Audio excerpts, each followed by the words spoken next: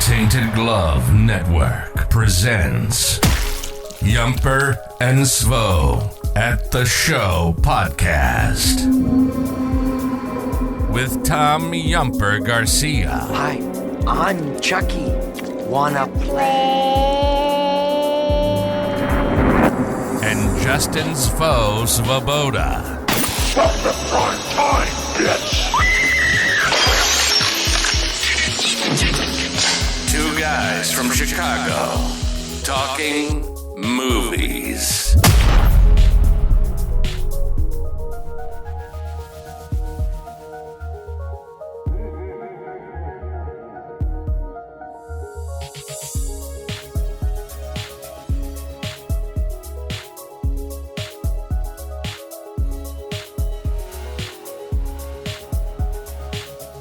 Welcome everyone to episode 16 of the Yumper and Svo at the Show. I'm one of your co-hosts, Tom Garcia, aka Yumper, and I'm with my co-host, Justin Svo Svoboda. What's up, Svo? Hey, Yump, how are you doing today, man? I'm good. I'm all right, man. Just having some technical difficulties today. It's okay. We've all been there, man. Um, I work in technology. You think I've shown a customer an iPhone and like my demo hasn't worked? It happens to the best of us. yeah. Luckily, it was caught early in that after we recorded the whole, thought we recorded the whole episode. But we got an action-packed show today. Why don't we just roll right into what we've been watching? So, Svo, you want to pop us off? Yeah, absolutely. The wife and I went to the theater to go see Bros. We hadn't had a lot of time together, so we just decided to go to dinner and see a movie. And we went to Oak Brook 12 and we saw Bros. It's directed by Nicholas Stoller. The guy did Forgetting Sarah Marshall, which you guys know is like one of my absolute favorite movies. It's basically a typical romantic comedy, but it's about the LGBTQ plus community. So it was nice to see some different representation on the screen. We know that representation matters, and you and I are both like big advocates and supporters of the LGBTQ plus community. So it was definitely cool to see Billy Eichner on there, and not just two cis white people in a movie. So it was definitely cool. And then we came home the other day. We were supposed to have friends over to watch Hocus Pocus 2, but when they got there, it turns out they've never seen Hocus Pocus 1, so we had to put that off a couple days. And the wife came home from work, and we watched Hocus Pocus 2. It's a good sequel. It's funny. It's good, clean holiday fun. For Halloween. It's not as good as the original. There's some good Apple jokes in there, which mean a lot to me, and there's some Roomba jokes on there for our homie Beefloaf, who's a big supporter of the show. I liked it. It wasn't perfect, but it's 25 years later that the sequel came out, so I enjoyed it though. How about you, Yump? I saw two new movies this week. The first one was the movie Smile, the thriller Smile, that is basically based off a short film called Laura Hasn't Slept. Very creepy. Highly recommend you go see it. It's the debut film by Parker Finn as a director. It has Kyle Gallner, who actually appears in a movie we're gonna be talking about later on. Totally creepy, like a psychological thriller. A lot of sinister vibes from it. As I said earlier when we were talking off air, the movie did a great job promoting very short scenes through previews, as well as having actors come behind home plate at baseball games, just smiling. They had actors go into movie theaters, creeping people out, just smiling. So it's really creepy. I enjoyed it a lot. I actually wouldn't mind going to see it again. And then the second movie I watched was the Hellraiser remake with my wife when it first came out. Huge fan of the original. This one isn't really on par with it. I would say the Cenobites look awesome. I love the redesign of them. As in the original, they had more dominatrix, I guess, wear. And this one, it's more, they're all covered in flesh and their body parts are basically like mutilated. You're into that dominatrix stuff? Maybe I am. No, but I just like to see a different like take on how things look. And I think that aspect of the movie was good, but in terms of story, I thought it was horrible. The characters were just horrible. I prefer the original. I know some people prefer this one, which I think is, whoever it's owned, whatever you like, but it just wasn't for me. But Okay. I mean, I'm still gonna watch it. I went back and watched the original this week, but I'll go in there with probably some opinions already formed based on what you just said. Yeah, I mean, I would like you to watch it, tell me what you think. I mean, don't just take my word for it, like, experience it yourself. It just wasn't for me. But with that, well, let's move on to our guest. Now we have our segment in defense of, and do you wanna introduce our guest? Absolutely. So we have this segment every week where a friend of ours gets to come on, or someone that we admire gets to come on and defend a movie that they enjoy that might not be, a popular opinion. And we're really excited to welcome Herb Lawrence from CHGO Sports onto the show and talk about his movie. Welcome to the show, Herb. Thanks for having me, guys. I really appreciate you guys having me on your show to talk about one of the movies I really enjoy and a couple other questions, of course, right? Absolutely, yeah. We usually do this thing where we ask our guests a couple questions just about movies, real basic. Are you cool if we kick that off? Yeah, that's cool. Absolutely. So, Herb, growing up, what movie theater did you go to? I have a guess, but I'm not going to say it. You grew up in the western suburbs around Wheaton area, so for our little things like the second run movies, we would see like Who's Framing Roger Rabbit at the Wheaton Theater, the little one downtown Wheaton, which is no longer in use as far as like a theater actually. But for first run movies, we would go to Stratford Square Mall and go to the theater inside the mall. So I just think I remember distinctly watching Showgirls at Stratford Square Mall, and I wasn't 17. I felt at the times like I was doing something so risque, and then I saw the movie. I was like, "Oh God, risk it all for that terrible movie." But whatever. It was good times at Stratford Square Mall as they didn't check IDs too much for that showing of Showgirls. So, I guarantee you, at some point, you and I have crossed paths either at Stratford Square Theater, because I grew up on the border of like Bartlett and Streamwood. Hmm. Oh Um, yeah. and another funny story is my father-in-law worked as an usher for as a second job at that Stratford Square Mall Theater for about 30 years, like they just for extra dough. And he was an usher there. And even he worked at the AMC, for these last 10 years. He didn't quit till COVID started. So, like, we have movie posters all in my basement that he took from the movie theater. So, our paths have probably crossed at some point at Stratford Square Mall. I don't know if you've seen it lately, but it's like a ghost town. I could only imagine because my fiance is from St. Charles, so I go past the Charlestown Mall all the time, and it's empty. There's nothing there except for like a Von Moore, and I expect that to be like most malls because that's what we used to do. I don't know why it went away because it was good, easy, clean, inexpensive fun for some teenagers just to hang around the mall, look for the opposite sex, and never talk to them at all. Sorry, my dog's barking in the background. No, that's okay. He didn't agree with my opinion there, but malls are great. I enjoyed them, and I'm sad the demise of the mall has come in our lifetime because every Friday night it would be going to the mall and watching a movie or going to Blockbuster and grabbing a film for the weekend. If hopefully you can find a nice movie that you want to see and it's not rented out already. I love that. I love it. There are two malls that are still pretty popping in the Chicagoland area: Oakbrook Hmm. and Woodfield. Still have people there all the time. That's not going anywhere, but I get it. No, I love malls too. All right, second question. What movie do you watch when you are feeling sick or you're down, maybe a little sad? Do you have a go-to movie? Yeah, it's a 80s movie that's kind of campy. It's one of my favorite movies. It's just one of the guys. Uh, the actors and actresses are you probably don't know. I mean, the most popular one you probably know now is William Zabka, who played all the bad dudes in the '80s. So he played Johnny Lawrence. exactly Johnny Lawrence in the Karate Kid, who's now in the remake Cobra Kai, which is a great YouTube thing. I love that show. Gotta wait. Was it season 4 we're in right now? We're Man, gonna be going into season 6. 6, Yeah, okay. it's 5. I'm a little late then. So Cobra Kai is a great show, and Johnny Lawrence, William Zabka is also the villain in this movie, where he's like a high school bully. This person wants to become. She's a woman who doesn't get a scholarship because she feels that if she was a man, she would get the scholarship because all the men are treated, you know, much better in high school. It's like, well, time never changes. It's that movie in the '80s and Was it's this so a true tonight.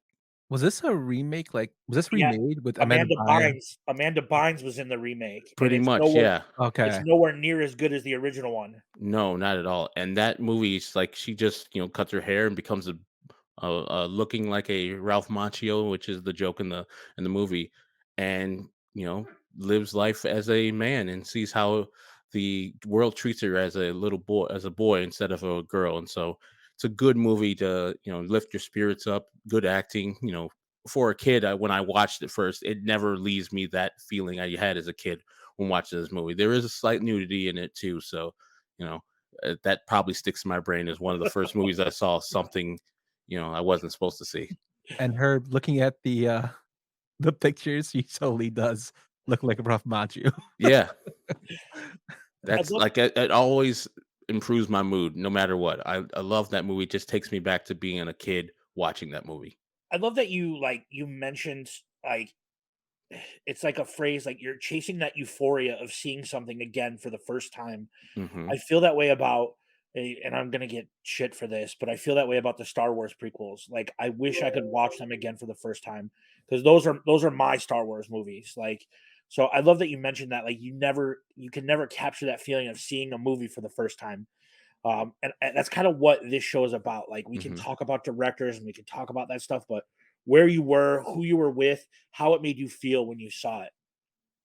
Yeah, it's an undeniable feeling that movies and music are part of our lives, and when you hear or see these things again, it takes you back to maybe a better time in life or a time that you remember fondly, and it just creates those memories again that you thought you had lost. You thought that you something sparks in you in the back of your brain, or it's just like yeah, Yeah, that was a great feeling, and this movie made me feel that way.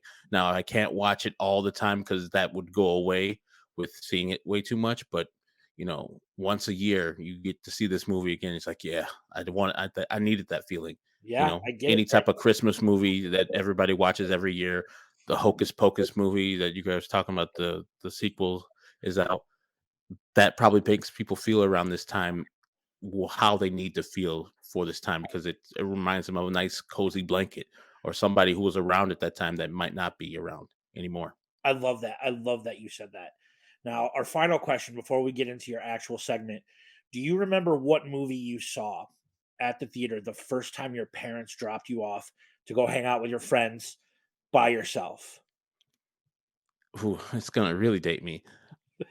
That's okay, man. Mine was Scream in Wow. 1996, and I was 14. So, like, don't feel bad, man. Let it all out there. Well, my mom was not there, so it's just me and my sisters, and the movie E.T. Extraterrestrial. Uh, Like it's an Fid old movie.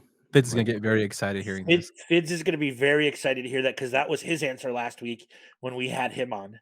yeah, I mean, it's just a phenomenon. Like when I think about that movie, I'm like, yeah, that was me and my sisters watched that and was just like, oh God, like these things, hadn't happened. And he's such a great character, E.T., friendly and Drew Barrymore, great acting. And forgot the male child's name. Elliot, Yeah, I mean Elliot, but the actor's name, I forgot his name. Henry, Thomas. Henry Thomas, right? Yeah, and Yeah, he was great at acting. It was just a good story, and I was glad I got to see it at a theater because I think seeing a great film at a theater it just heightens the experience in the movie for you. I can't speak for Yum, but I think we're both in complete agreement with you that like seeing a movie in the theater, it could change you. Like it could leave you with a feeling that like maybe mold you into the person that you become or you're bound to become or you're supposed to become, or your character or whatever. But I completely agree with you. Yeah, totally agree, Herb.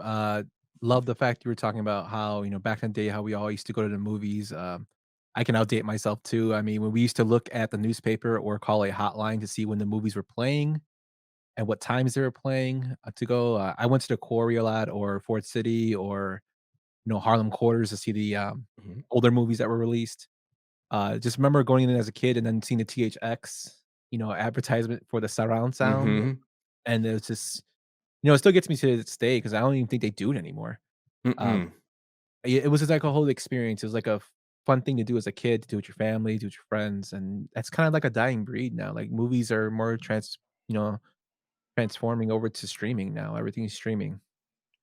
Yeah, I think we talked about it when we had Roper on about like how I used to look forward because we were a Sun Times family. We were never a Tribune family.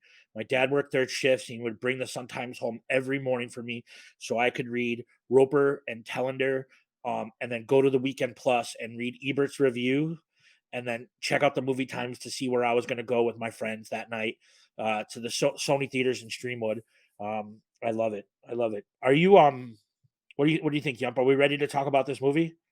Yeah, let's get into it. So, Herb, the movie you picked, which to me was very interesting, you picked Mhm. Kissing Jessica Stein, which is released in 2001, and it's directed by Charles Herman Wormfield, starring Jennifer Westfield and Heather Jurgensen.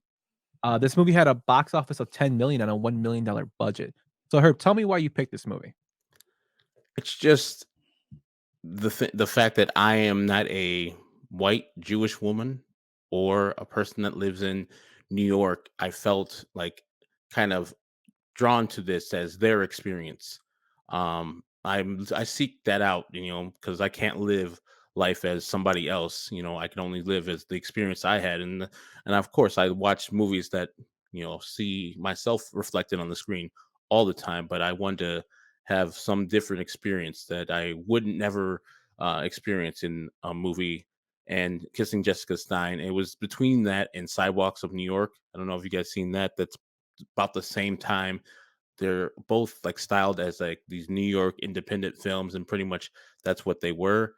But I don't know. I feel like these independent films in the early or the late '90s, early 2000s just had a draw to them. Like I saw Jennifer Westfield, the actress who plays Jessica Stein, as a perfect amalgamation of what I had thought of that time as a person of the Jewish faith, and I was like, okay, she's playing the character which she wrote with Heather Jurgensen, and I would not have known, you know, if it was somebody else who played it. It's good to know that she has, firsthand experience in writing the character and then portraying the character on the screen. And I felt that her performance, Heather Jurgensen's performance, and I think this is where Jennifer met her husband, now ex-husband John Hamm, because he has a small part in this film too. It's just a nice, campy, um, romantic comedy, uh, put into like a late 20s Jewish woman's perspective, where I don't know if that necessarily had been sought out or shown on the theater screen as much. So it was very refreshing to me, and the acting was great. The pace was awesome. Just some heartbreaking scenes where you're gonna cry, you're gonna laugh, you're gonna enjoy yourself all the time in this film. It's just a nice movie to watch, and it's only 100 minutes, so it gets through pretty quickly. There was a scene early on in the movie where they're in church or temple, Yep.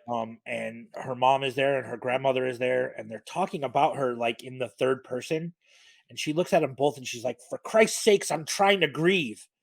Um, and I thought that was a really really like a really nice moment where yes, you get a perspective of someone else's like, someone that you might not necessarily live their life or see just through their point of view. Um, I do think the pace of this movie was a little slow for me. Hmm. I do get that like Miramax independent movie vibe from it, just Yes. the way it was shot and just the way it was filmed. Very much kind of like I don't know, what's the movie that Ed Burns did? That's the one I think I was talking about. Sidewalks in New York. Not Sidewalk. Not that one. No, I'm talking about Beautiful Girls. Oh yeah. Ed Burns did this movie, Beautiful Girls. I think that's what it feels like that. So I get it. Now, when you see this movie and like you defend it, do your friends be like, Herb, why do you like this movie? Everybody I've told that I watched this movie, and I've told that they should watch, like, why do you like this movie? It's not, I wouldn't think this would be your style, but like sometimes you gotta find something out of your comfort zone to enjoy more, like to expand your horizons. And so, yeah, they haven't either seen it or have seen it and it was nothing to them. So I usually, I don't go tooth and nail with people with it. I just like watch it and tell me you don't like it. Watch it on a Saturday night and tell me you don't like the movie, and it doesn't, you know, warm the heart and make you cry and all the good stuff that a movie's supposed to do. Where, I didn't see myself in these movies. I really couldn't put myself in any of these characters' positions as a person that hasn't gone through any of these positions. But it was good to be invited into that space. They talking about Seder and how the Jewish faith, that she one of the main things that she thought that her mother was pressuring her to get married as her brother got married or is about to get married, and so she felt shame that she was in a lesbian relationship. And that's another thing I like about it. So it shows the LGBTQ plus community in a positive light and not in this, Hollywood, you know, Like back, lipstick lesbian type of thing yeah, back room, situation. like Yeah. underground. Yeah, no, I get it. I love that because we know, like, and we can say it that representation matters, right? Hmm. So I do think that that's very important. I love that. I love that you defended that. Yump, you got any other questions? No, I kind of agree with Soul on this a little bit. It was like slower paced for my liking. It wasn't a horrible movie, but I kind of like I saw Big Fat Greek Wedding Hmm. before I saw this movie. And this movie was made before that. So I think just in that sense, like I kind of get the same feels from what my Big Fat Greek Wedding was going for because it's more based on a Greek family. Hmm. This does have the aspect of having a woman of Jewish faith. I do like some of the aspects of the comedy of the movie that I thought were done really well. Like I said, just the pacing was a little off for me. I do love the fact in the movie though, when they're at dinner with John Hamm and her coworker basically just tells her about herself and how she can't get over a person that she was previously with and just Hmm. like this is her down from everybody, which I thought was hilarious. Um, but like I do like the crossing the lines and showing that the stuff that wasn't really talked about then. I mean, we had Chasing Amy when we did the Kevin Smith video with, the reviews with, you know, um, My Sock Summer, and that was, like, one of the first movies to really put out too, gay and lesbian relationships, but she was trying to actually was entering into a hetero relationship while this is a woman, Yep. entering a lesbian relationship, and I kinda got the same vibes to it. Um, I definitely recommend you guys check it out and let us know what you think about it. Herb, I do like the fact that you went to like a bunch of details about why you chose this movie and how you like to see yourself, through different eyes, put your place in, that you probably can experience. And I think that's an awesome way to look at, film. Yeah, and I think it's important because I cannot, be any of these different races or classes, but I can, get a short glimpse into one person's interpretation that is of that face. Um, that that lifestyle, maybe I can like maybe relate. It's like, oh yeah, they have that, and in my family we have this. We're not too far apart, and, at the basic elements, as humans we're not that far apart, but our tribes sometimes like try to pull us in different ways. And so me watching this movie, I feel like I'm not doing anything grand, but I'm expanding my horizon so I can like and understand other people in their lives and go through their lives maybe thinking a little bit differently than I thought before with a prejudiced eye. Instead, this movie doesn't do that all the way, but I'm getting a glimpse into it, and then maybe it could lead to other conversations off screen, and people you can just meet and say, hey, I used to have this preconceived notion of a person, but this movie gave me a glimpse into something that I might have missed in my upbringing. So I feel like, people should always try to get out their comfort zone because you might find something that you find interesting or you might like, and you might find that, the differences you have in life are not that far apart. I don't think that could have been put or said any better than what you did. Like, um, we're not that different from other people in the grand scheme of things. And if this gives someone else a different perspective on someone else lives their life and helps you understand it a little better, then even better. I love that you said that. Herb, thank you so much for defending that movie and bringing this to my attention because I didn't see it till this afternoon. Mhm. Like I knew I had to watch it for the pod, but I hadn't seen it till this afternoon. So thank you for like giving me that perspective on this. I appreciate it. And I thank you guys for having me on and talk about this movie. I appreciate Yeah. it very much, and I hope somebody goes and watches it today. And if you don't like it, please tell Yump, tell Swell, like, hey, Herb was wrong. I would make perfect. Acting Wall 23. You could tell me too. Yay or nay on this movie. I'm not above arguing more about this movie. No, that's totally great. Herb, you wanna plug your stuff you're involved in? Yeah, myself, Sean Anderson, and Vinny Duper, we do a little podcast 5 days a week called CHGO White Sox. It's a brand new. About 6 months ago, we started this podcast network where we're the White Sox representatives, and we have all sports in Chicago covered through CHGO Sports on YouTube. You can follow us where we do a daily show Sunday through Thursday live on YouTube, and then those shows are later ready for podcast like the next day. So that's where they can find me on there. And then Ecknerwall 23, which is Lawrence spelled backwards with 2 3 for Robin Ventura, is my Twitter handle. I did not realize either of those things, that's what that number was for, or that's what your Twitter handle was. That is a game changer. Yeah, I mean, there was another Lawrence at the score, Lawrence Holmes, and he spells his name differently. But if he would say people lay Lawrence, and I turned around, it would kind of be confusing. So from there, I used to just put my name as Herb on the schedule for the weekly schedule, and then for my name, I just said let's just switch it backwards to Ecknerwall 2 3. So it's much easier. People don't call me Lawrence as much. I hate to do this to you, but I got to do one last thing before you leave, and then we're going to let you go. I promise. Hmm. Who do you want to see as the next manager of the Chicago White Sox? Whew.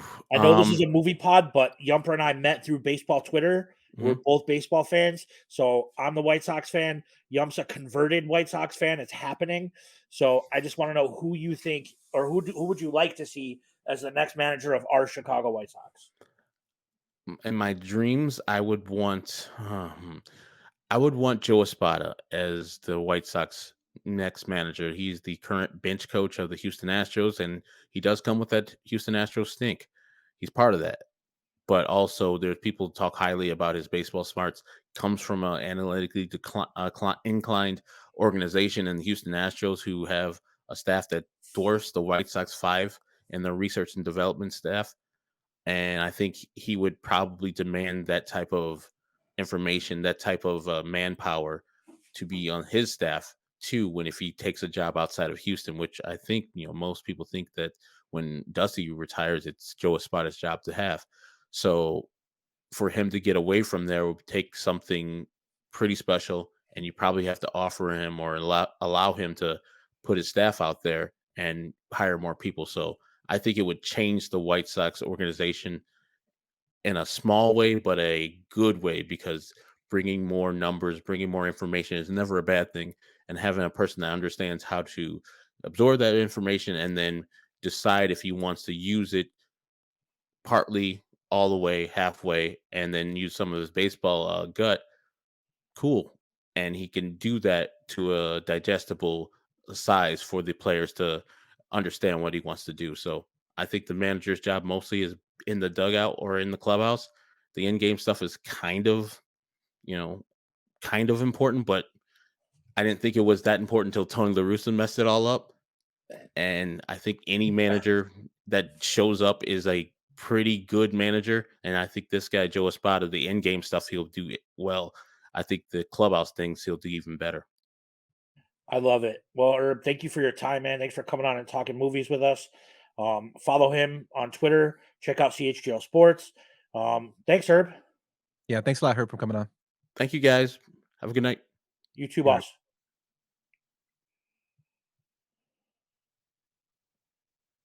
All right.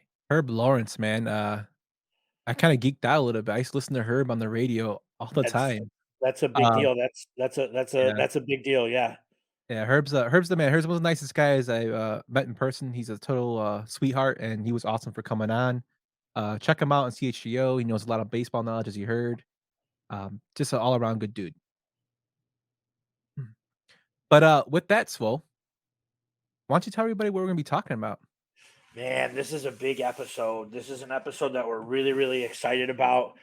It's one of my favorite series, but today we're breaking down the Nightmare on Elm Street series.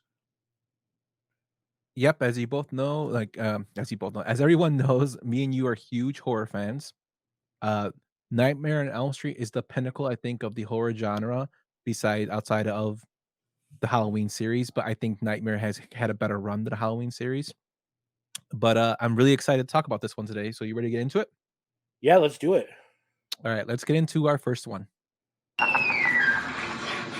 Please, God. This is God. The original Nightmare on Elm Street, released in 1984, this was written and directed by Wes Craven, starring Heather Langenkamp, Johnny Depp, Robert Englund, and John Saxon. This movie had a budget of $1.1 million and made $57 million at the box office. Swole, tell me about the original Nightmare. I mean, what is there to say about this movie besides it's iconic? Freddy Krueger basically ruled the 80s, and it was because of this movie. Everyone was afraid of the gloves. Everyone knew the song. Heather Langenkamp basically became, I don't want to say a household name, but she's known as Nancy from the Nightmare on Elm Street series. This movie is scary. It's creepy. It made me afraid to go to sleep. It's the pinnacle of the series. Now, I'm not saying there aren't other good movies in the series, but nothing tops this. Totally agree with you there. Just some fun facts about this movie. This movie actually saved New Line Cinema. They were on the verge of bankruptcy. They didn't put much money into this movie, but this movie made that $57 million and actually saved them and kept their doors open. So it became such a running gag that New Line Cinema was sometimes referred to the house that Freddy built. Um, I love this movie from top to bottom. The ending, I think it's a little weird, and the reason for that is because the producer, Bob Shaye, wanted to have a different ending and went against what Wes Craven wanted to do, so you could see there's some clashing going on there. That's why it ends in the way it ends, but perfectly paced. I love the character of Freddy, who wasn't even supposed to be played by Robert Englund. Wes Craven originally wanted a stunt person to do it, and they basically got him to hire Robert Englund for a more visual and more character animation for, Freddy. He wanted more of a silent killer, but people are, like, pushing him to hire somebody with more can do more through, emotions and talking, which something that wasn't really known. I mean, before we knew about Michael Myers, who doesn't really talk, Leatherface didn't really talk. Freddy has his own personality. He's more serious in this movie than the other ones that we're gonna get to, but it's done perfectly. Another thing with that, Kane Hodder was actually in consideration for Freddy, which is Who's kinda that, Yump? he's the, man who plays Jason in a majority of the Friday the 13th films, which I think is pretty crazy. Also a real cool guy. This movie, it's inspired so many parodies. I mean, this movie spawned video games. This series it just set off a big franchise. And, this is the first movie Johnny Depp was in. And the only reason he got cast in it was because Wes Craven's daughter thought he was cute, and she told her dad that if he doesn't hire Johnny Depp for this movie, she's gonna run away. And I have a interesting story about this too, Swell. So Johnny Depp went to his audition. You know who accompanied him to it? Charlie Sheen. No, he was in consideration for the Johnny Depp role, but they said he would cost too much money. Jackie Earl Haley. Oh, full circle. I love that. That's good. Yeah, I That's found that good. really interesting that he actually went with him to his audition, and this is the first movie that he actually got cast in. This is his, like, coming out party. And I heard, Ralph Macchio was actually considered for, Rod's, j spot, but, it wouldn't have worked out. I don't think I could see Ralph Macchio playing a bad boy. No, and like it would have been too much like Ralph Macchio's character. It would have been too much like Johnny in The Outsiders because Rod was kind of like, kind of like a greaser dirtball. Like, and it would have been like him trying to turn Johnny bad, and it just wouldn't have worked. Yeah, and just to show how Wes Craven loves horror films, in this movie, they're actually watching, The Evil Dead. I believe Nancy's watching it at one point, Which is and funny because in 1996 Scream, they're watching Halloween, which was also directed by Wes Craven. They're watching Halloween during the final like killing scene at Stu Macher's house. So Wes likes to throw in homages to other movies in his movies. Yeah, and the reason he did that was because in, The Evil Dead, there's actually a poster of The Hills Have Eyes that Sam Raimi put in because he was a huge fan of the movie. Wes Craven saw that and put Evil Dead in his movie, and to thank him for that, in The Evil Dead 2, the Freddy glove is in the shed that Ash goes into. And then for So, that's awesome. For yeah. years, there was rumors that the sequel to a movie that we're going to talk about later in the show was going to include Ash in it. Yes, that was a rumor. Um, can't say, enough about this movie. We can go on forever. I know we gotta move on down the list, but this movie just basically set the standard. Completely agree. But, let's move on to our next movie. You've got the body. I've got the brain.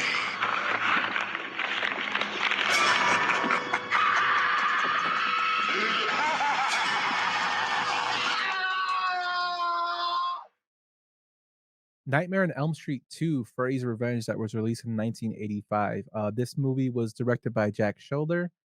He did a movie called Alone in the Dark in 1982, and he also directed Wishmaster 2. This movie stars Robert Englund back as Freddy, Mark Patton, and Kim Myers. This movie had a budget of $3 million and a box office of 30. What I find really interesting about this movie is we have a male protagonist in this movie in Mark Patton or Jesse, and Wes Craven didn't want anything to do with this movie. He originally wanted the Nightmare series. He didn't even want the Nightmare series. He actually wanted Nightmare on Elm Street to be a standalone and not become a franchise.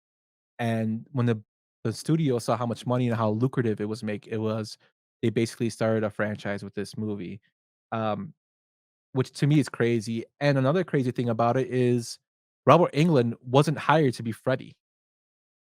They and they want him back because they thought his demands were too high for salary. And when the director started filming, he realized the person they had to replace him wasn't as good and brought him back and met his demands, which is totally crazy. Like, what do you think about this movie, Swell? So before I get into anything about how I feel about this movie, this has purely to do with this movie is fucking weird. Like it's part of the series, but it's weird. And my thoughts on this movie being weird were formed long before this movie became a cult classic in the LGBTQ plus community. This movie is an absolute underground classic in the LGBTQ plus community. They love Jesse's character. There's a dance scene in that movie that they play at clubs and bars that is become iconic. But to me, this movie is bizarre. It is nowhere near as good as the original. Uh, I don't necessarily get what they were going for. It's probably one of my least favorites in the series. Yeah, it's not as good as the original. I can understand what they were trying to go for. I think this is more of a cash grab in terms, and like you said, how it's really big in the LGBTQ community. Mark Patton is an openly gay actor. At the time, he wasn't, and he actually is the Scream King because of the way Jesse screams in this movie. He calls himself the Scream King, which I think is pretty funny. But there was a lot of changes of this. It kinda I think it tried to distance itself a lot from the Craven original. I mean, just with even the look of the house, like, in Craven's movie, the house it has a blue door for Nancy's house, and this one has a red one. Little things like that. Freddy has stripes always down his arm, and Craven, he didn't. He Yeah, started changing his appearance a lot, and I think it's just I know they don't wanna replicate the original, but it's kind of branching off from the, creator's vision. Was it a good movie? Not really. It had a lot of, interesting takes on it, Freddy's taking over a person's body, so it's a kind of like a decent storyline, but there's a lot of innuendos in this movie that, even that's why people are pointing it out today, all the innuendos in it, him going to the gay bar to drink, the constant filming of him sweating and showing him, the way they would show a girl in the old slasher yeah. flicks, and it was from a you're seeing a guy in the same kind of role, so, I mean, it's not really uncomfortable looking. We see it's just this is for the ladies, this is for the LGBTQ community, so that's totally fine. I I just think didn't like the whole storyline as much as, I like the original. well, I would agree. The one scene that always sticks out in my mind is the school bus scene. Yeah, And that was like the opening and the ending, which I thought was okay. You know, the one that always sticks out to me is when he for one, when he has the claw, the glove go through his hand, that part when Freddy actually comes out of him and kills his friend in his room. Yeah, The the the one thing about the Nightmare series as we go along is that their kills and the way they do the effects, the practical effects are awesome. Like we didn't talk about in the original, but the way they had when he goes protrudes through the wall to look at Nancy while she's sleeping, that was all practically done. That's not CGI. CGI wasn't around this it time. didn't even exist. Yeah. So that was all them pushing through a practical effect to get that effect. And I do like how it's done here too. This movie kinda shows a little bit more of Freddy. He's still serious, but he's starting to get that little personality a little bit more. So we kinda see him shaping of the character. Um, I just find it pretty telling that Wes Craven didn't wanna have a sequel. Oh, and, Michael J. Fox was considered for the role of Jesse, but he couldn't do it because he was working on Back to the Future and Teen Wolf, which I thought was pretty hilarious. But, you know what I mean? I mean, you gotta try new things out. And with that, let's move on to our next one.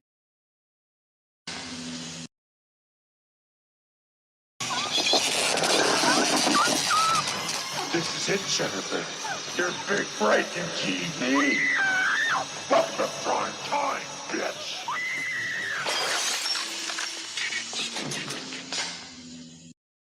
Nightmare on Elm Street 3: The Dream Warriors, released in 1987, directed by Chuck Russell, who's a Park Ridge boy. He also directed The Blob in 1988. He did the Jim Carrey movie The Mask. He also did the Arnold Schwarzenegger movie Eraser. The screenplay was written by Wes Craven and also Frank Darabont. Frank Darabont actually wrote Shawshank Redemption, Mary Shelley's Frankenstein, The Green Mile, and The Mist for some of the movies he did. This movie stars Heather Langenkamp coming back as Nancy, Robert Englund, Craig Wasson, Patricia Arquette in her first movie, Ken Sagos, and Rodney Eastman. This movie had a budget of $4.6 million and a box office of $44.8 million. Well, tell me about the Dream Warriors. So I haven't seen this movie in a long time. I rewatched it actually this morning before the Bears game. Um, I love the concept of this movie. It all takes place in a mental hospital. These kids are suffering from, their dreams. Freddy's haunting their dreams, and he starts to pick them off one by one. And this is the movie that made me realize that Freddy was sinister as fuck. Like, there's a girl in the mental hospital that had a problem with addiction. So what did he do? He turned his hand into heroin needles, syringes, and he injected her. The one dude was really into puppets, so he turned him into a puppet and he walked him off the building like it looked like he killed himself. He made fun of the one kid in the wheelchair that couldn't walk. Like, in his dreams, he could walk. This movie was messed up. Like, it showed me that Freddy was really sinister, but I really, really liked it. I think this was a back to form of the Nightmare series. Yeah, and it's funny you say that because, like I said earlier, Wes Craven actually wrote the screenplay for this movie, and the reason he wrote it was because he thought this was gonna be the last entry in the Nightmare series, and he was hoping it would end it. Spoiler alert, if you haven't seen this movie, at the end, uh, the doctor character, Nancy is actually killed off in this movie, which is unheard of these days as the main character is killed off. But Craig Wesson, who looks a lot like Bill Maher, um, goes to sleep, and there's this little miniature household of the nightmare house, and a light turns on. Well, it's implied in the movie that Freddy's still alive, but in the original script, it was actually supposed to be Nancy turning on that light to show that she's still watching over them to protect them, which is why Wes Craven wanted to, end the series off. But again, the studio didn't like that, and they changed the ending of it. This movie to me is probably, in my opinion, of the first 6, the second best due to Craven's involvement in it. Um, in terms of the original Nightmare movies. This is the second best of that series due to Wes Craven's involvement in it. I do like the different aspects of having the kids have their own powers. Each of the kids in the movie have personalities that are different, and they're kinda likable in character.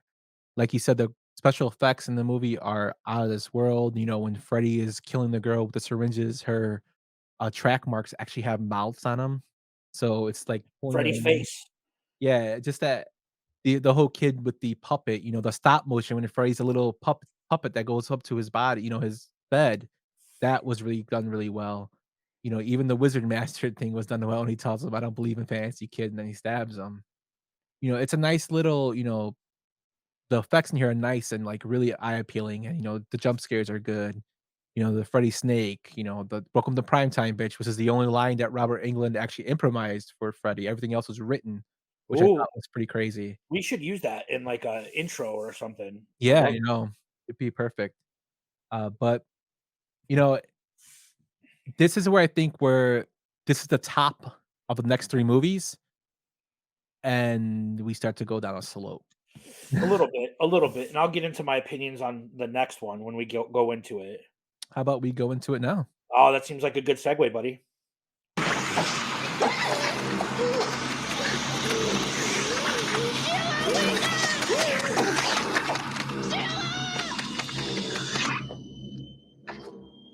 You flop. 1988's Nightmare on Elm Street 4: The Dream Master, directed by Renny Harlin, who also directed Die Hard 2, Cliffhanger, Cutthroat Island, and Mindhunter. And he also did the 2004 Exorcist prequel, The Beginning. The screenplay was done by Brian Hedlund, who did LA Confidential, Mystic River, and directed 42. So some big heavy hitters working on this movie. This movie stars Robert Englund, Lisa Wilcox, Danny Hassel, John Beckman, and returning in the role of Joey is Rodney Eastman. Tuesday Night Extra replaces Patricia Arquette as Kristen, and Ken Sagos comes back as Ronald Kincaid. This movie had a budget of 13 million and a box office of 49.4 million.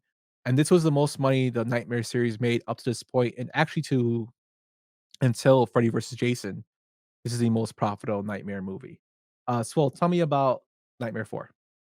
So Nightmare 4 is actually, and you say what you want, Yump, the first Nightmare on Elm Street movie that I saw in the franchise.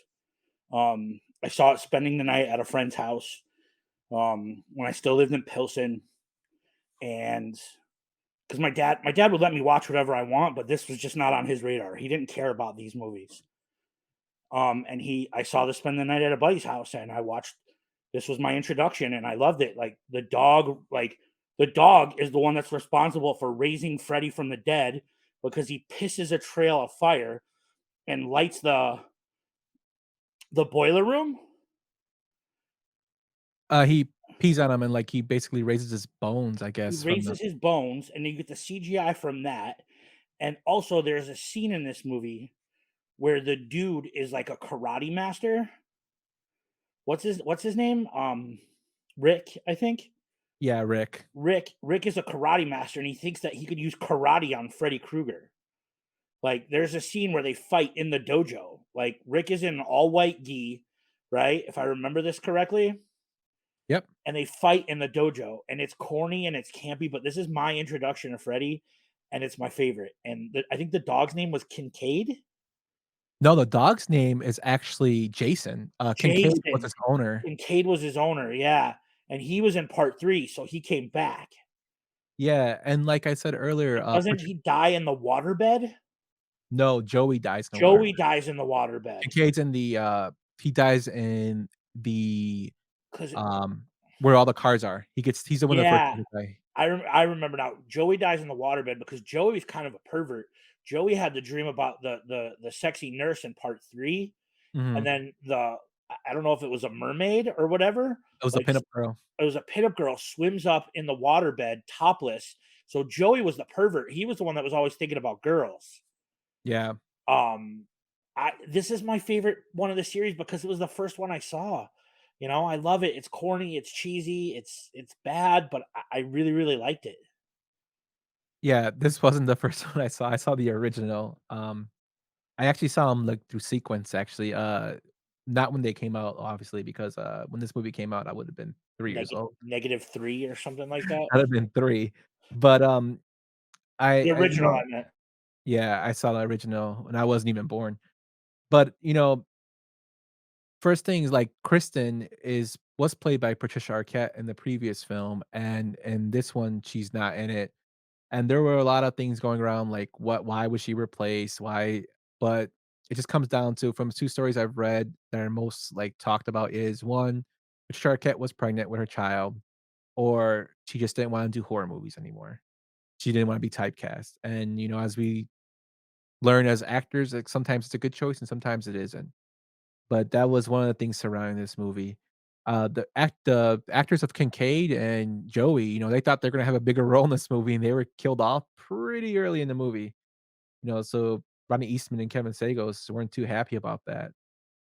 This movie does have, again, great visual effects. When that girl is turned into a roach and she's in the Roachville Hotel, that's awesome. The part where they have the time lapse, that's actually considered Robert Englund actually considered that his favorite moment up to this point in the series. The faces on the pizza? Yes, the faces on the pizza when he eats the sausage, that's an awesome part too. And then you mentioned the dog. The funny part is Kincaid's dog's name is Jason, who resurrects Freddy and brings him back to life. But that's kind of foreshadowing maybe in the future, some can look at it for Freddy versus Jason. Yeah, because Freddy resurrects Jason. Jason, yes, which is kind of Yeah. funny. Um, it was an okay movie. I think The Dream Warriors is better, in my opinion. I think But movie-wise, you're probably right. But I don't think it was a bad follow-up. Like Yeah, I said, I think this Dream Warriors was, like, a little higher end standard, and then this one was, slightly below it. I think, what really hurt this movie a lot was the this karate. it could have been the karate, but, there was a writer's strike at this time, so that there were so many rewrites, and they didn't have, the script fully written out, and then from what I read, the script was the scenes they shot were written maybe a few hours before they shot them due to the writer's strike, so that could have affected it a lot. You know, um, what could have been if the writer's strike didn't happen? Is it a horrible movie? No. Is it the greatest? Probably not. Like I said, it's a little bit below Dream Warriors, but it's still watchable. I mean, Robert Englund does a great job as Freddy. Absolutely. But, let's move on to our next one. More powerful than a loco madman. Yes. Super Freddy. Told ya, comic books was bad for ya. Nightmare on Elm Street: The Dream Child, made in 1989. This movie was directed by Stephen Hopkins, who's known for Predator 2, a swole favorite, Judgment Night, Blown Away, The Ghost in the Darkness, and Lost in Space, the remake. This movie starred Robert Englund, Lisa Wilcox, Billy Joel, Minter, and Danny Hassel reprising his role. This movie had a budget of $8 million and only made 22.1 at the box office. So, tell me what you think of The Dream Child. This is to me where the franchise went off its rails. This is where they leaned in that bastard son of a thousand maniacs. And she's in love with her boyfriend. And like this movie is, that TikTok thing where they do that TikTok's like trend where they do that thing of a series and they're like they play like a video or an audio clip and they're like when it's good they go woo woo and when it's bad there's the Rock and he goes this is an absolute piece of crap. And to me, this movie is an absolute piece of crap. Yeah, you basically summed it up perfectly. This movie, it's kinda hard to follow what the hell is going on. It's so bizarre, dude. It's so confusing, and I recently watched it the other day, and I still, like, was confused by it. They brought back, Alice and, Dan, even though Dan dies this movie. It has, again, great, effects for the kills, but another thing too was this movie was censored by the MPAA due to, the gruesomeness and gore. So a lot of the kills we got weren't that great. I do, however, love the comic book death. that we played when Super Freddy shreds the guy who's obsessed with comic books. He cuts him. Yeah, That's awesomely done. The effects actually still hold up to this day. But besides that, this movie wasn't that good. Um, it's a piece of crap. yeah, and one of the things that stick out to me about it has nothing to do with the movie. It's just the fact that Kumo D has a song at the end of the movie called "Let's Go," and it has the Vincent Price laugh, and that was like a whole diss track towards LL Cool J because they were feuding at the time, and that's the only reason it sticks out to me. Because Wow. yeah, this movie was not very memorable besides the comic book death, and I thought it was confusing as hell. I remember the sheer look of disappointment in my dad's face when he took me, like, on Friday to rent a movie at Lion Video on Bartlett Road in Streamwood, and this is the movie I picked out, you would think that I just told my dad that, you know, like, I got fired from my job or, I'm a Packers fan, and, the look of disappointment in his face when I picked this movie out, I'll never forget it. Yeah, I don't blame him. This movie's just really bad. Yeah. Uh, that's all I can say about it, man. Let's just move on to the next one. It's brutal. All right, once again, this is your brain. This is your brain on drugs. Question. Yeah! What are you on? Looks like a frying pan and some eggs to me. Freddy's Dead: The Final Nightmare, released in 1991. This is actually directed by the only female director of the series, Rachel Taylor, who actually directed Tank Girl, but she did produce Hairspray, Crybaby, and The Borrowers. And this was actually produced by two well-known people. Michael DeLuca, who did Leatherface, Texas Chainsaw Massacre 3. He also did The Mask. Don Juan DeMarco, Dark City, which is a great movie, Lost in Space, and Blow. So a lot of Johnny Depp there. And it was also produced by Robert Shea, who wrote the first two movies and produced them, Bob Shea.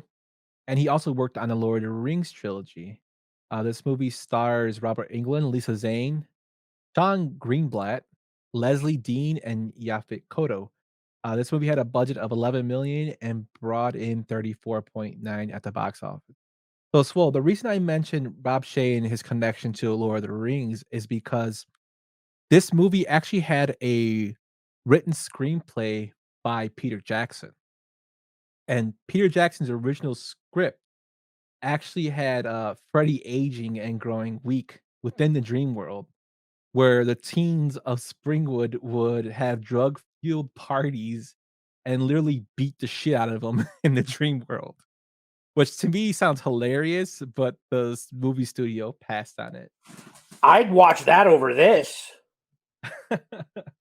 Totally would, but I just found it interesting that Peter Jackson wrote, the script, a screenplay for this, and Peter Jackson, I think, released Dead Alive already previous to this, which is actually a pretty decent horror movie. It's just kinda be one of those what ifs. This movie has some, I guess, ambiance and the fact that it has Breckin Meyer's feature role. I do love the fact that he's in there. His death scene's pretty cool, the whole, In-No-Gadda-Da-Vida when he goes Yump, into the TV. yump. That is the reason that I hate this fucking movie. Really? So you know that I went to Green Bay a couple weeks ago for the Bears game, and we had to drive from Kelly's cousin's house, and I'm riding shotgun in her cousin Paul's truck, and he's got a nice big Ford F-150, and he's got his Spotify playlist going. Boo Spotify, Apple Music for life. And Inagata Davida comes on and he goes, I'm gonna make you listen to this whole song.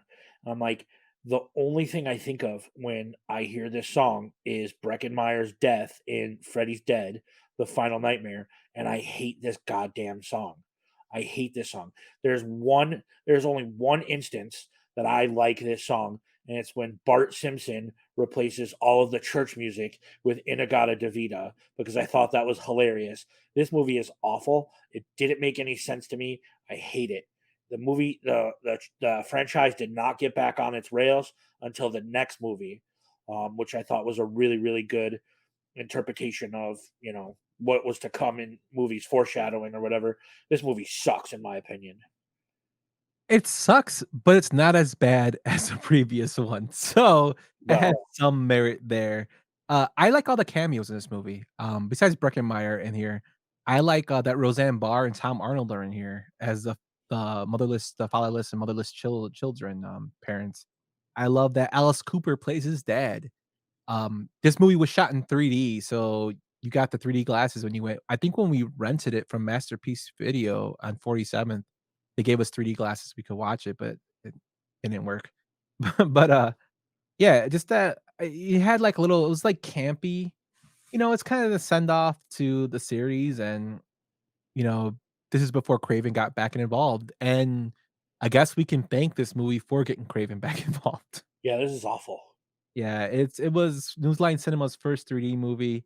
What I didn't like is they changed the damn song to the Jump Rope Girls. Yeah, Yeah, I don't and even remember. That's how much I well, they wanted didn't to even do it. have them do it. They had it on, like, newspapers throughout the whole fucking movie, and that was horrible, and then they changed the lines, and I was just like, "This is stupid." But it's not the worst of the series, it's definitely not the best. Um, Yeah, I get it. but it wasn't that good. Not my thing, man. Not my thing. Yeah, I mean, it does kinda give the backstory of how Freddy got his powers, but, I mean, I wish they coulda done it better. But, you alluded to the next one we're gonna talk about, so let's move on to that one.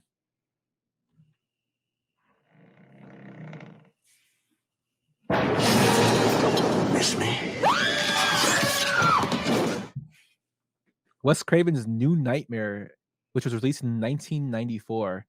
This one was written and directed by Wes Craven. It stars Robert Englund, Heather Langenkamp, Miko Hughes, and John Saxton returning. This movie had a budget of 8 million and a box office of 19.8. Swole, tell me about New Nightmare. I really like New Nightmare because Heather Langenkamp came back, and to me, she's always going to be Nightmare on Elm Street. But it also was like what happens when movies become like reality. Like it had that weird aspect to it where it was all during the filming of it, and this stuff came to life. I enjoyed this movie. I don't know how you feel about it. No, I actually totally really like this movie. I like a fresh spin, and as we look through Wes Craven's career, from doing The Hills on Eye, The Hills Have Eyes to the original Nightmare on Elm Street to eventually this, and then to Scream. He's always Well, reinventing the horror genre. and I think this is the precursor to Scream. Like what happens when you watch too many scary movies was like what Scream was, and this is like when scary movies like come to life. Like, Yeah, I think this was a precursor to that, and it might have been an inspiration for it. Like, I dug this movie. I also think that's one of the dopest movie posters yeah, yes, for it totally is. for people that are watching the YouTube stream later on during the week. That movie poster I think is dope.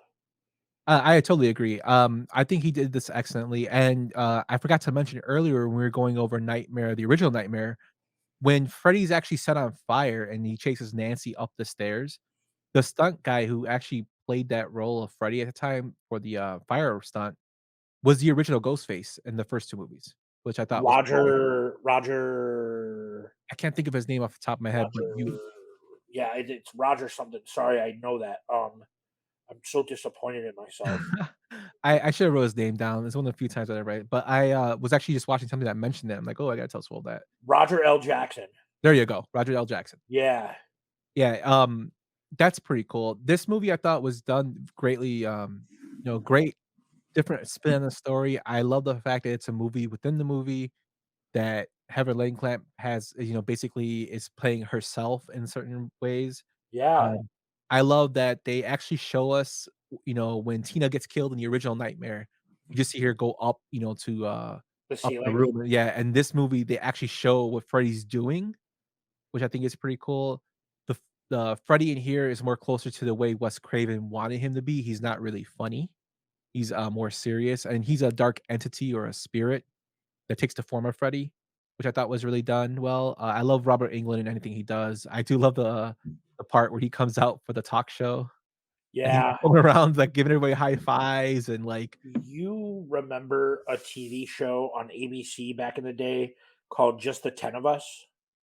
No. So it was a sitcom, and it was like a goofy, funny sitcom. But Heather Langenkamp is in this, and she plays, I think the oldest daughter of this family of 10, and her younger brother, who's like 14, 15, is really, really into horror movies. And I remember this because I was into horror movies. And he wears like Freddy Krueger shirts throughout like the show, and he's got like Nightmare on Elm Street posters up on his wall. And it was just a really fun homage to Heather Langenkamp and Wes Craven. But it was on ABC, and it ran for a few seasons. But that I thought that was a super cool like little Easter egg too for all the Nightmare on Elm Street nerds. Yep, totally agree. You know, this is what, like I said, Craven wanted Freddy to be like. You know, he did regret changing his experience, his appearance. He said that he shouldn't have just left. He should just left it as the previous Freddy. But I think it's a good change. I think I love how this is the last movie that Craven's involved in with his characters, and I think he ended it the way he wanted to. And I think this movie is just a great way of ending the the original. I consider this part of. It's not the original 6, but it caps off that series, that franchise is done. I agree. But let's move on to our next one. Don't worry about my little Aaron, boy. The only thing to fear is fear himself.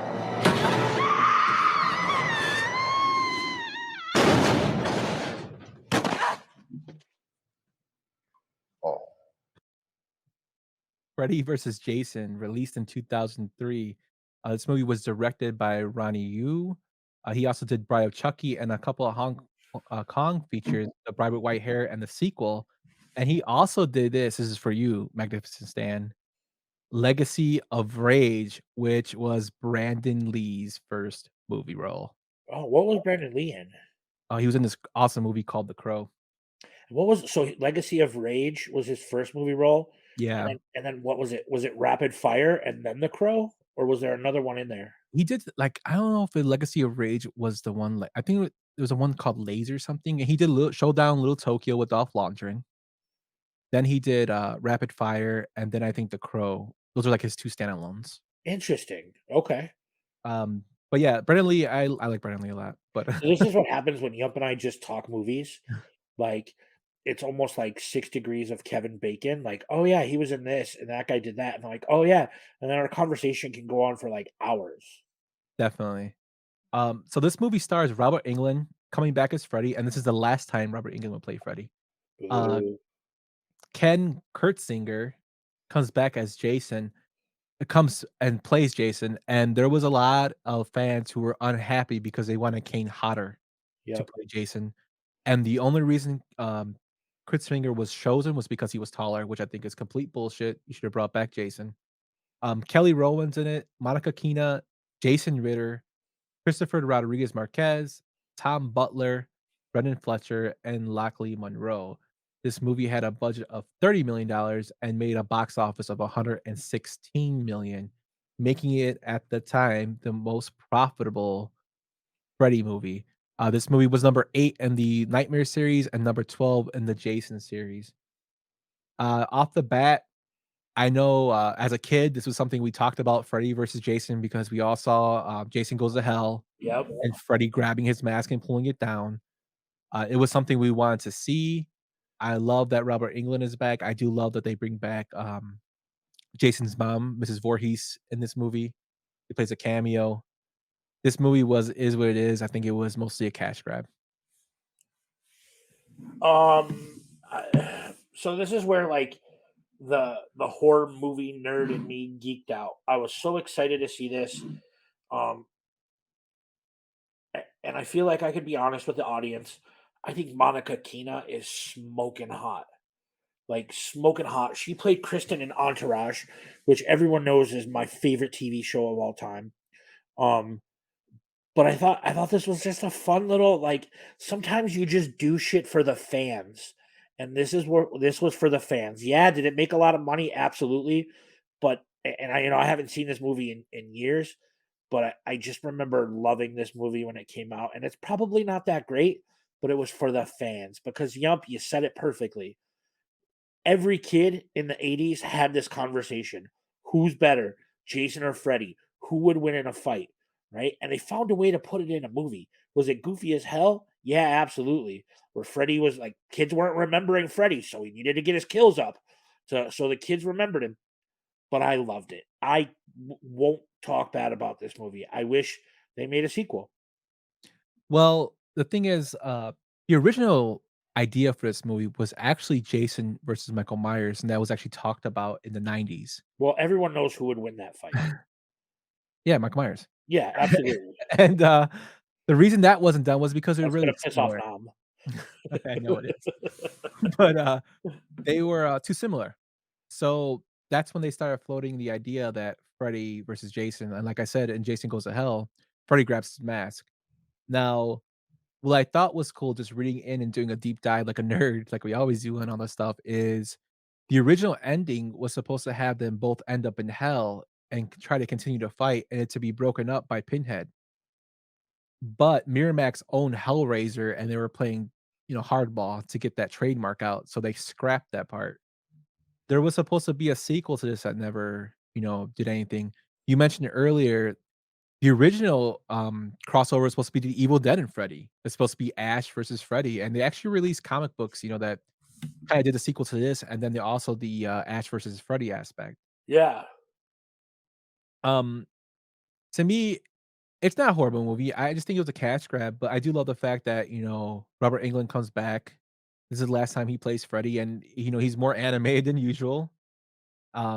I did find it interesting that they offered this movie to Rob Zombie, and he turned it down to do House of a Thousand Corpses. Uh, they said that there was 300 gallons of blood used for this movie, which is crazy. Can you And imagine what this would have been like if it was a Rob Zombie movie? it would have been a lot darker. It would have been a lot darker and lots of neon black lights. Um, definitely. Kinda And like your basement. yes, the Funko Land. Um, but 2 things that stick out to me about this movie is, 1, the sheriff is played by the guy from Night at the Roxbury, so I cannot imagine him out of that role.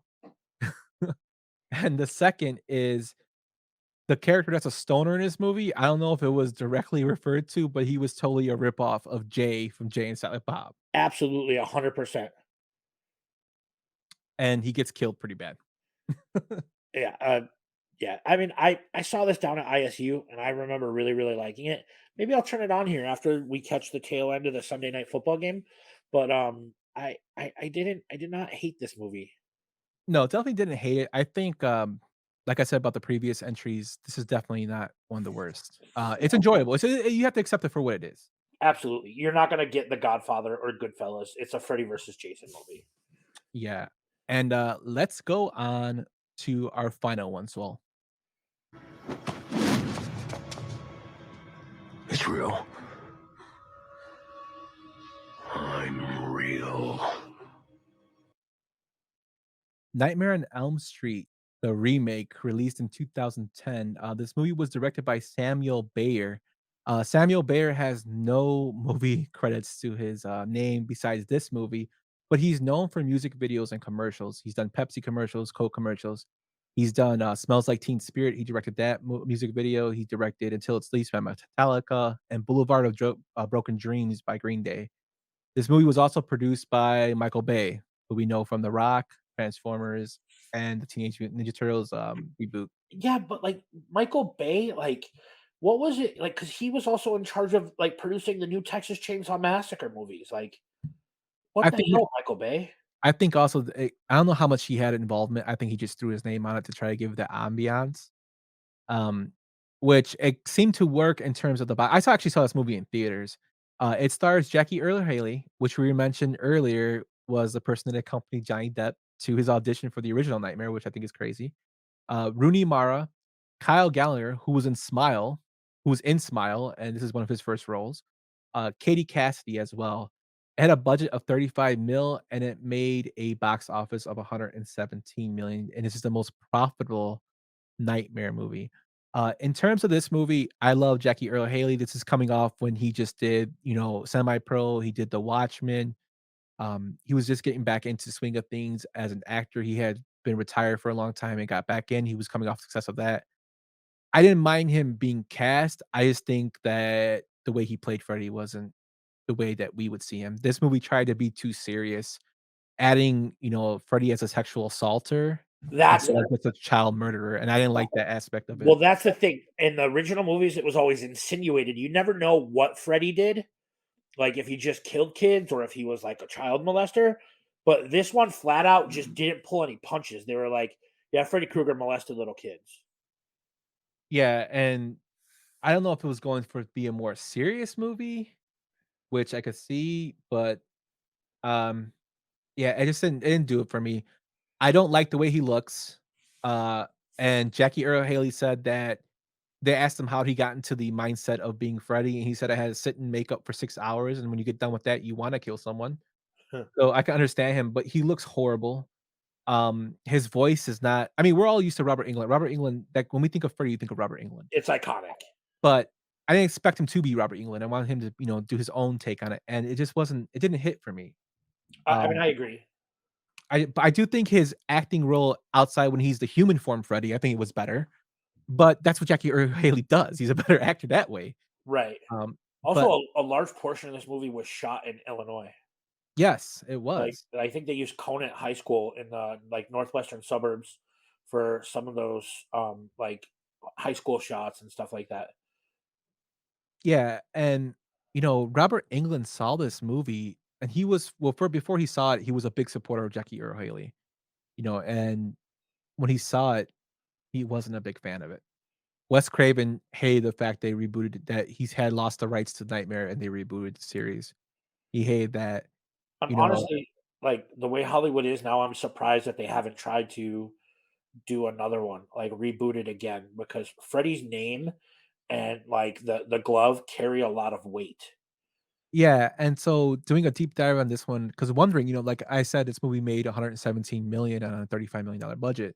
One of the producers, Brad Fuller, said, that while the movie was a financial success, the backlash from fans, critics, and the industry professionals alike made it to the point where they decided not to make any more.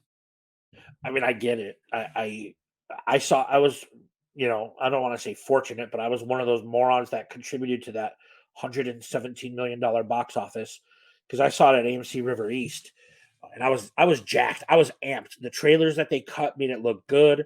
I was excited. I'm like Jackie Earle Haley, that could be creepy. I loved him in Watchmen. His role in Semi Pro was completely different than anything. Like he's just the stoner that hits the half court shot. I tried cashing it. Did you take it to a big bank? Yeah, Dukes. His name was Dukes. Dukes. But, I was excited for it, and it just did not like it didn't do it. I walked out like, what the hell? Kind of the way like I did at Halloween Kills. I'm like, are you serious right now? yeah, and, Jackie Earle Haley was in, Shutter Island too, previously to this, you Man, I know? haven't watched Shutter Island since probably it came out as well. I might need to go back and revisit that. But just like the aspect that he was in those, The Watchmen, Shutter Island, and then he was in Semi-Pro. But then, like, he followed that up with The Watchmen, Shutter Island, and then he did this movie. He was, like, on a hot streak. Luckily for him, he did do Dark Shadows after this, which is an okay movie, but he did Lincoln, and so, yeah, kinda back Wait, on did you track. just say Dark Shadows was an okay movie? Are Yeah, you it's 'cause talking about the Dark Shadows that Tim Burton directed with Johnny Depp? yes, 'cause it's got Johnny Depp in it, bro. Are you crapping me, bro? Dude, Like, it's a guilty pleasure, bro. I mean, I get it. Like, Oh, it's not no masterpiece, but I'll watch it. oh my god. Did you watch the soap opera when it was out? No, no. I Yeah, just watched I never heard about it until I watched this movie. Just 'cause it has, Johnny Depp in it, I watched I it, mean, and I it's have a fucking I have good. a buddy, or I had a buddy that like his mom had every episode of that soap opera like recorded on VHS, and like once a year they would go through and rewatch it, and it was a giant piece of shit. Like it is though. I do not understand how anybody watches that shit. It was a soap opera, like All My Children or General Hospital, but about fucking I vampires. was trying to be serious, man. It was But awful. but that Yup, movie I swear to God, I would rather sit in Lambeau Field in a Bears jersey like surrounded by being the only Bears fan in there, then watch that show. I never seen it, so I probably won't watch it. This movie is it doesn't really take itself seriously, which I No, it's goofy, it's campy. which is It's why I'm like, okay. it's like Rob Zombie's version of the Munsters. Yeah, so that's why I'm like, it wasn't that bad.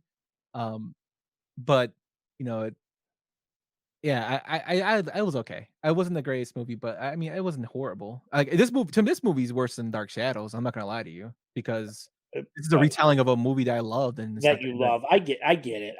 I just like, what the that was, Dark Shadows was the first Blu-ray that I ever bought. Like, That's why you don't like. I was working at Best Buy at the time, and I'm like, "Oh, I wanna watch this. It's Tim Burton." I love Tim Burton movies. Who doesn't love Tim Burton movies? I'm like, "I'm just gonna buy it."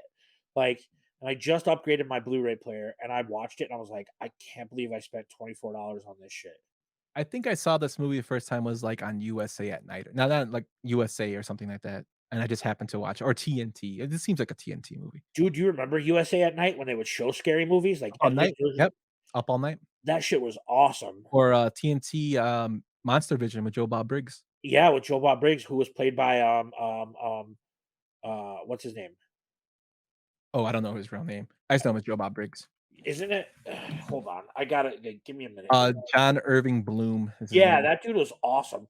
Wasn't he in Casino? Let me Wasn't see. he like, Yes, he was, wasn't he the hillbilly Stockhead. cousin He that was a Sam yes, he was fired? a yes, Yeah. he was, Like, one of 2 things happen. Either you're in on it or you're too stupid to manage it. are you Either way, following I me? can't have you running my casino. Yeah, he actually does I think a new Last Drive-In show, I would um, watch the shit out of that. that does, like, horror movies. Cinemassacre has a lot of, collaborations with him. He's an interesting guy. He kinda put, horror movies back on the map, campy horror movies. He's like, a more popular version of Svengoolie, if Yeah. you know who Svengoolie is Svengoolie more is from here. local. It's like Yeah, a regional thing. yeah, he's a more popular version of him. Um, but yeah, as far as this movie, you can totally tell how much we liked it by as much as we stopped talking about it. But We it should do wasn't that great. like a Ebert and Roper thing. You know how they did like 2 thumbs up? Like, Yeah, ours should be like, I don't know, like fart noise would be the thumbs down. Like, completely. would Yeah, be this movie's just horrible. it's yeah, it's crap. Yeah, and I'm glad, I guess this movie had to happen so no other remakes are made. I hope they don't remake the original. They will. At some Um, point, they'll be like, "Hey, we're gonna try this again because this is a franchise that prints money." Like, even this piece of shit made $117 million. I know there's been rumblings about it. Um, they've asked Robert Englund to come back as Freddy, uh, and he's thought about it, but Robert Englund's like 75 years old. I think the hard part right now is that New Line Cinema still owns the rights, and I think the rights might be up in limbo. Yeah, I don't know. Because I know that's why a new Friday the 13th movie hasn't been made in a while. There was supposed to be a sequel to that remake, and it never happened. I know it didn't like do as great at the box office as they thought it would, but I thought that was a pretty damn good like reboot of that franchise. Yeah, and you know what? Like, so I me personally, I have this, when I think of the horror genre, uh, I think of 3 characters, in terms of the popularity, and don't kill me, but I don't include Michael on that because I think Michael's movies after 2 kinda like Michael Myers that is, kinda like, diminished his, worth in the horror genre. Freddy and Jason and I think, Leatherface were making through the first 3 movies of Texas Chainsaw Massacre, were making like are like the 3 unholy, like, icons of the horror franchise. I think Michael has his place, and he's just kinda on the cusp of the outside. Yeah, And I I don't agree with that at all. I know, it's just the way I feel And because, that's okay. That's okay. That's what these conversations are for. If to me, the holy trinity is Michael, Freddy, and Jason. And I think Leatherface is just on the because like really Texas Chainsaw Massacre 2 and 3, but like see, Dennis 2 Hopper, like 2 is actually not as bad as people think. 2 is just a totally different type of movie, and if you wanna talk about 2, Kevin Smith actually said 2 is better than the original, which for some is it's crazy to say, but that's just Kevin Smith talking. But I think in terms of like the Texas Chainsaw Massacre and came out was like the most bloodiest movie in there. But my whole point about bringing those three up is they've all gone through remakes. You know, Friday the 13th was done pretty well. You know, they had Jason ran, and how it's one of the things I remember about that remake was he ran in that movie. He didn't walk. You know, Texas It Chainsaw scared Massacre the remake shit out of me. with Jessica Biel was not good. No. This Nightmare on Elm Street movie was not good. The only franchise of a remake that actually turned out to be decent, long and behold, was the Halloween series. Now you know how I feel about Halloween Kills, I mean, at but some point, it wasn't evil's as gonna have bad as to the die original. tonight. Yeah, it wasn't as bad as this remake. And Halloween Ends is coming up. It wasn't that, those movies, they're not the Well, best. I think the original remake of Halloween, the 2018 version, I think was a good movie. Yes, and then the second one I didn't think was that well. I think the second one was a good movie till about 20 minutes left. Yeah, I love Rob Zombie's vision on movies, but I think the first one was okay. I didn't think it was great, and then the second one, it kinda lost me. The second one Um, with the white horse and the shit like that, there was just it too much was going on. so bizarre. I couldn't even come on, dude. Yeah, Figure it out, man. Like, yeah, um no, H2 and you know what's weird is those movies weren't available to purchase digitally anywhere for the longest time. And yeah, now all of a sudden, they're like $4.99 on iTunes. Buy them on Movies Anywhere. it's because, with the craze that's coming out now, Well, no, the it's remakes. because the rights were originally belonged to the Weinsteins. Yeah, and we know how great they are with them And movie and rights. that and those rights still haven't flipped over for Dogma because I would love to own that digitally. Yeah, But yeah, that front doesn't look too good. Kevin Smith talked about that not too long ago, saying he doesn't think it's gonna happen. yeah, it sucks. It sucks. Um, but, with that, Swole, let's, move on to our coming soon. Why don't you tell everybody what's gonna happen in our next episode? So I think we discussed this before we started recording. Uh, we're going to talk about the greatest horror movie franchise to ever exist, the Halloween movies. Um, right? That's what we discussed. I don't know about the greatest, but we're gonna talk about it. Okay, so the greatest franchise in Halloween horror movies, Michael Myers. We're going to talk about on our next episode. I think we're really, really excited about that, and I think those are movies that I know all by heart because they're very, very special to me, and I'm excited to talk about that. Yeah, so am I, and the series will end with a review of Halloween Ends, as we'll both see it by then, and we'll give our thoughts about it. Absolutely, I'm very excited to see that Thursday night. Yeah, but with that, guys, that's gonna be probably the end of our show. But before I get to Swole's final point, I just want to say thank you again for everybody that listened. Shout out to Herb Lawrence for coming on. Herb, we really appreciate you coming on.